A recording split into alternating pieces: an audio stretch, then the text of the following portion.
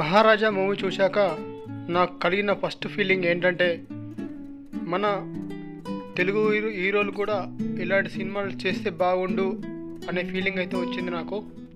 ఈ మూవీ మొత్తం విజయ్ సేతుపతి గారి ఎక్స్ప్రెషన్స్ తోటే మూవీ మొత్తం రన్ అవుతూ ఉంటుంది.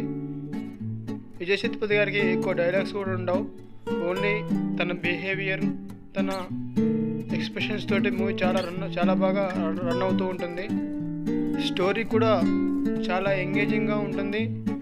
మనకు ఎక్కడ కూడా బోరింగ్ ఫీలింగ్ అనేవి రాదు. మెయిన్గా చెప్పాలంటే విజయ్ సేతుపతి గారి యాక్టింగ్, స్టోరీ చాలా ఎంగేజింగ్గా ఉంటుంది. డైరెక్టర్ ఈ స్టోరీని చాలా బాగా తీశారు. ఈ మూవీ నాకు చాలా బాగా నచ్చింది.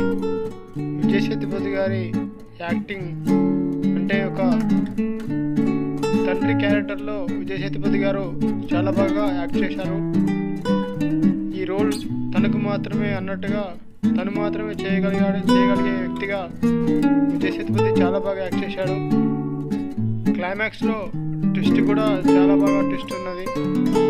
ఈ మూవీలో మనకు ఒక హార్ట్ బ్రేక్ అయ్యే ఒక సీన్ అయితే జరుగుతుంది.